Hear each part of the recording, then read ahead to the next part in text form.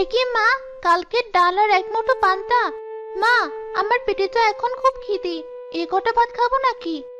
খাবার সামনে নিয়ে খাবারের নিন্দে করতে নেই মা, এগুলোই খেয়ে নি।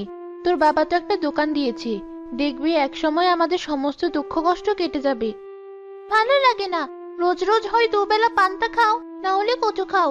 আমারও তো ইচ্ছে হয় একটু মাছ মাংস খেতে। সব সময় তো খাই খাই আসে কোথা থেকে তোর?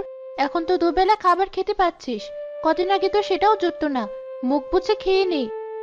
আহা গিন্নি, মেয়েটাকে এভাবে কেন বকছো? ও ছোট মানুষ, ওর তো কোনো দোষ নেই। দোষ তো আমার। আমি অভাগা বাবা ওর, যে কিনা বউ বাচ্চাকে ভালোভাবে খাওয়াতে পারে না। বাবা, তুমি দুঃখ করো না। আমি আর কখনো খাবারের জন্য বায়না করব না। যখন যেটা খেতে দিবে আমি সেটাই খাবো।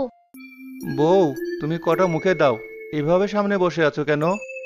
আমার পেটে খিদে নেই। তুমি তো জানো সকালে একটু পানি খেলে আমার পেট ভরে যায়। হ্যাঁ, সেটা তো খুব ভালো করেই জানি। এই সংসারে এসে তুমি কত কিছু ত্যাগ করলে। তোমার মতো একটা সংসারে বউ পেয়ে আমি নিজেকে খুব ভাগ্যবান মনে করি। সেসব কথা বাদ দাও। দোকানটার কি অবস্থা? বেচাকেনা কি বেড়েছে? এখন তো একটু দেখছি ভালো, আস্তে আস্তে হবে। সবে নতুন দোকান দিলাম, সময় তো একটু লাগবেই। আমাদের সমস্ত পুঁজি ওই দোকানে বসানো। জানি না সৃষ্টিকর্তা কপালে কি লিখে রেখেছেন। তবে যাই হোক, আমাদের সাথে মন্দ যেন না হয়।